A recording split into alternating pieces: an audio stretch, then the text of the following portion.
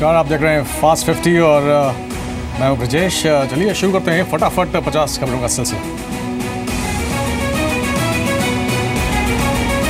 20 लाख रुपए तक के सालाना टर्नओवर वाले कारोबारी जीएसटी के दायरे से बाहर होंगे। यानी 20 लाख रुपए तक के टर्नओवर वाले कारोबारियों को जीएसटी के लिए रजिस्ट्रेशन नहीं कराना होगा। नॉर्थ ईस्ट राज्यों के लिए थ्रेशोल्ड लिमिट 10 लाख रुपए तक की गई है। कई राज्य थ्रेशोल्ड लिमिट 10 लाख रुपए करने की मांग कर रहे थे।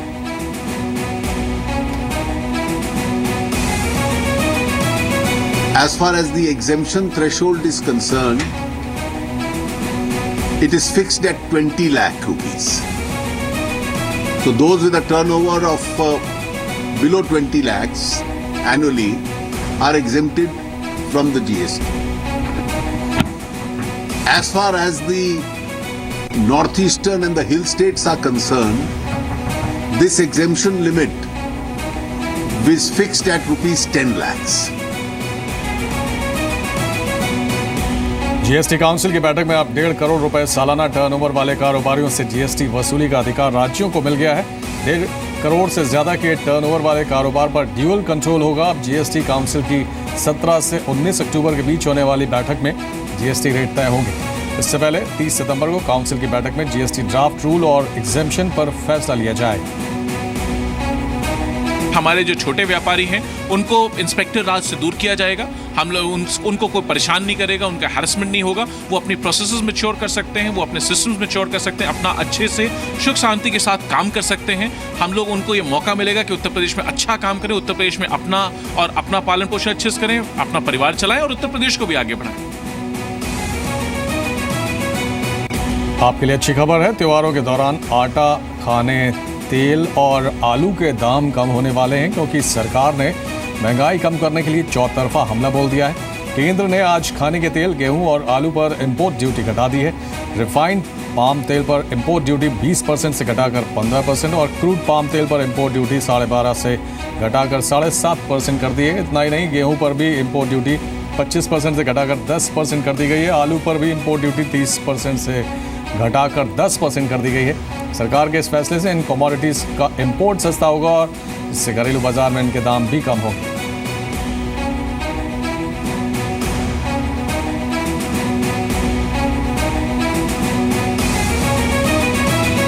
नेशनल फार्मास्यूटिकल प्राइसिंग अथॉरिटी यानी एनपीपीए ने 25 और दवाओं के दाम घटा दिए हैं। जिन दवाओं के दाम घटाए गए हैं उनमें शामिल है fungal infection, acidity, cancer, post surgery care की दवाएं में एंटीबायोटिक और स्किन डिजीज से जुड़ी दवाएं भी शामिल हैं। लोगों को अफोर्डेबल मेडिसिन उपलब्ध कराने के लिए एनपीपीए समय समय पर दवाइयों के रेट घटाता रहता है।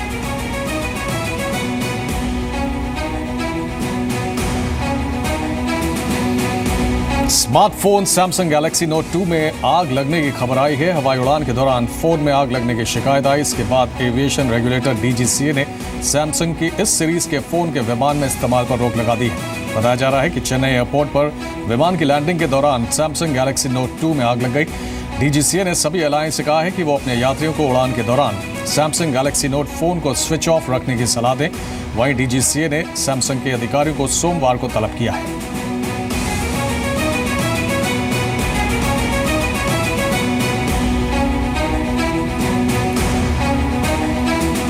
इंडिगो की सिंगापुर से चेन्नई फ्लाइट में सैमसंग गैलेक्सी नोट 2 फोन में आग लगने की घटना पर सैमसंग ने सफाई दी है। सैमसंग के प्रवक्ता ने कहा है कि उन्हें इस घटना की जानकारी है। सैमसंग के लिए कस्टमर की सुरक्षा सबसे बड़ी प्राथमिकता है। हम संबंधित अधिकारियों से और जानकारी ले रहे हैं और मामले पर नजर रख रहे हैं।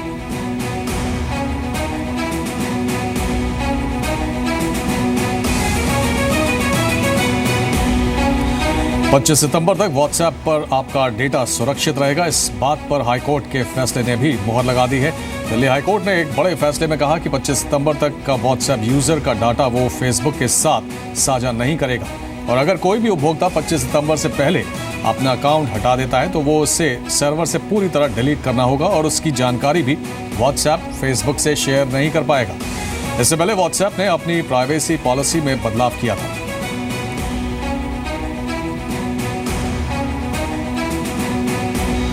आरजीओ के फ्री वॉइस कॉल प्लान को टक्कर देने के लिए एयरटेल भी 4G ग्राहकों के लिए आकर्षक प्लान लेकर आया है। एयरटेल ने 4G ग्राहकों के लिए 90 दिन का free internet data pack launch किया है। मौजूदा ग्राहकों के लिए 1495 में ये पैक मिलेगा, तो नए ग्राहकों को नया कनेक्शन लेकर पहला रिचार्ज 1494 का कराना होगा। इस नए पैक का फायदा फिलहाल दिल्ली के ग्राहकों को ही मिल सकेगा।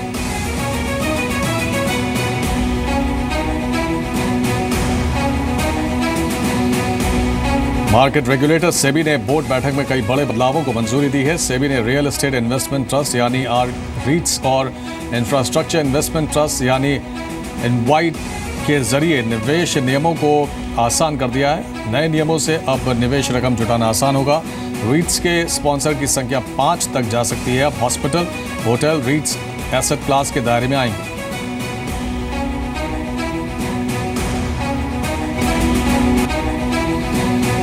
मार्केट रेगुलेटर सेबी ने फॉरेन पोर्टफोलियो इन्वेस्टर्स को कॉर्पोरेट बॉन्ड में सीधे ट्रेड की अनुमति दे दी है।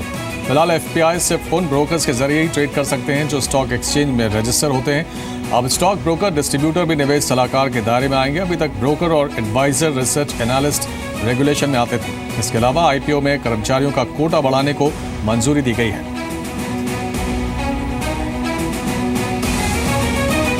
निवेशकों के बीच जागरूकता के लिए मार्केट रेगुलेटर सेबी ने national institute of securities market यानी NISM बनाने की घोषणा की है। NISM के लिए पूरा खर्च सेबी उठाएगी। इस पर अभी तक 400 करोड़ रुपए से ज्यादा खर्च कर चुकी है।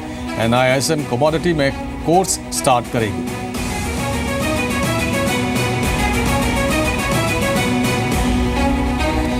शेयर बाजार में आज पूरे दिन सुस्ती के साथ कारोबार हुआ। आखिरी घंटे में बाजार में तेजी आई। सेंसेक्स और निफ्टी करीब 0.5% की गिरावट के साथ बंद हुआ। आज के ट्रेडिंग सेशन में सबसे ज्यादा गिरावट निजी बैंक, PSU बैंक्स में देखने को मिली। सेबी की ओर से रीट्स नियमों में ढील के बाद रियल एस्टेट कंपनियों में अच्छी तेजी देखने को मिली। इस पूरे हफ्ते की बात करें तो सेंसेक्स करीब 1% चढ़कर बंद हुआ है। सेक्टर्स में इस हफ्ते सबसे ज्यादा IT इंडेक्स 17.8% चढ़ा। इस हफ्ते मेटल, ऑयल एंड गैस में तेजी रही।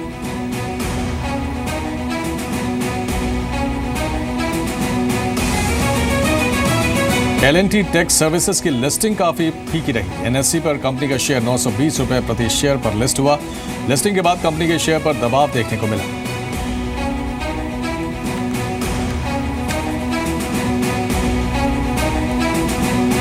सेबी के चेयरमैन अरुंधति भट्टाचार्य को 1 साल का एक्सटेंशन मिल सकता है। उम्मीद है कि इस एक्सटेंशन को 1-2 दिन में मंजूरी मिल सकती है। माना जा रहा है कि SBI और एसोसिएट बैंकों के बीच मर्जर को देखते हुए अरुंधति भट्टाचार्य को एक्सटेंशन मिल सकता है।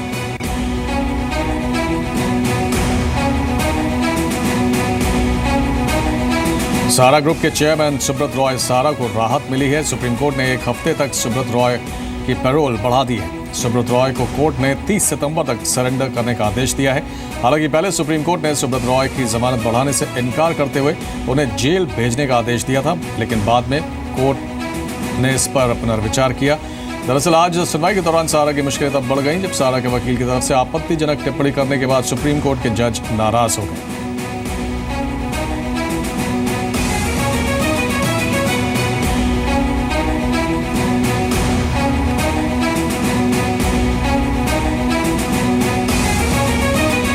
सुप्रीम कोर्ट ने केंद्र सरकार से कहा है कि वो industrial financial corporation of India यानी IFCI में हुई सभी गड़बड़ियों की जांच करे। चीफ जस्टिस TS ठाकुर की अध्यक्षता वाली पीठ ने कहा कि इसका मकसद IFC के निवेश की गड़बड़ियों की जांच करना है।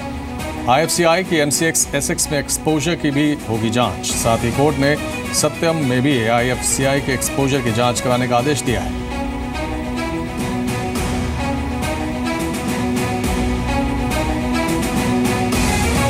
NSCL में एक और बड़ी गिरफ्तारी हुई है। ईडी ने आर्क इंपोर्ट प्राइवेट लिमिटेड के डायरेक्टर कैलाश अग्रवाल को गिरफ्तार कर लिया है। कैलाश अग्रवाल की गिरफ्तारी 719 करोड़ रुपए के डिफॉल्ट के मामले में हुई है। Arc import private limited Ludhiana की कंपनी है। इस मामले में जिग्नेश शाह, NSCL के तत्कालीन MD and CEO Anjani Sinha समेत कई बड़ी गिरफ्तारियां हो चुकी हैं। जुलाई 2013 में 5600 करोड़ रुपए के NSCL घोटाले का पर्दाफाश हुआ था।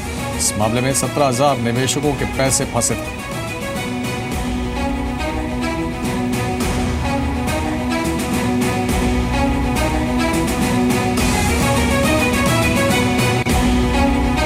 हफ्ते के आखिरी कारोबारी दिन सोने चांदी की कीमतों पर दबाव देखने को मिला। MCX पर सोने का भाव करीब 100 रुपए गिरा।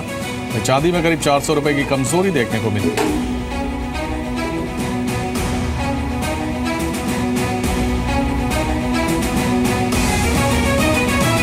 आखिरकार लंबे इंतजार के बाद रक्षा मंत्री मनोहर पर्रिकर ने भारत फ्रांस के बीच 36 राफेल विमानों के लिए करीब 59,000 करोड़ की डील पर हस्ताक्षर कर दिए। इस सौदे के लिए फ्रांस के रक्षा मंत्री 22 सितंबर को ही दिल्ली आ गए थे। ये 2 इंजन वाला लड़ाकू विमान है जो भारतीय वायुसेना की पहली पसंद है। ये हर तरह के मिशन पर जा सकता है। राफेल हवा से हवा और हवा से जमीन में मार करने में सक्षम है।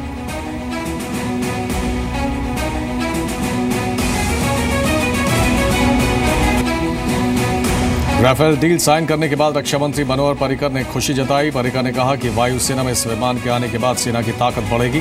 1996 के बाद सेना की ये पहली बड़ी डील है और इससे भारत को दक्षिण एशिया में शक्ति संतुलन को कायम करने में मदद मिलेगी।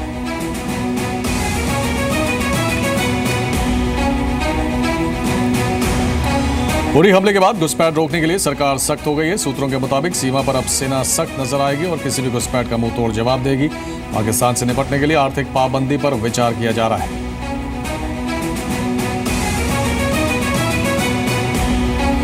उरी आतंकी हमले के बाद चीन ने पाकिस्तान को झटका दिया है। चीन ने कहा है कि पाकिस्तान को कश्मीर मामले को भारत के साथ मिलकर सुलझाना चाहिए। पाकिस्तान उम्मीद कर रहा था कि कश्मीर के मुद्दे पर चीन उसका खुला समर्थन करेगा।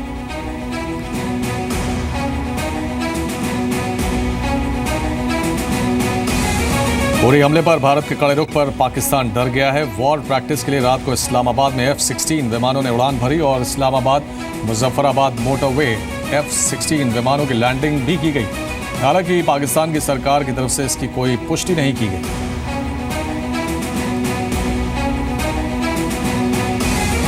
सबसे पहले पाकिस्तानी मीडिया ने इसका दावा किया कि इस्लामाबाद में F-16 विमान उड़ रहे हैं। गुरुवार रात को इस्लामाबाद में F-16 उड़ने से अफरा तफरी जैसा माहौल हो गया। हालांकि पाकिस्तानी एयरफोर्स ने इसे महज रूटीन एक्सरसाइज बताया।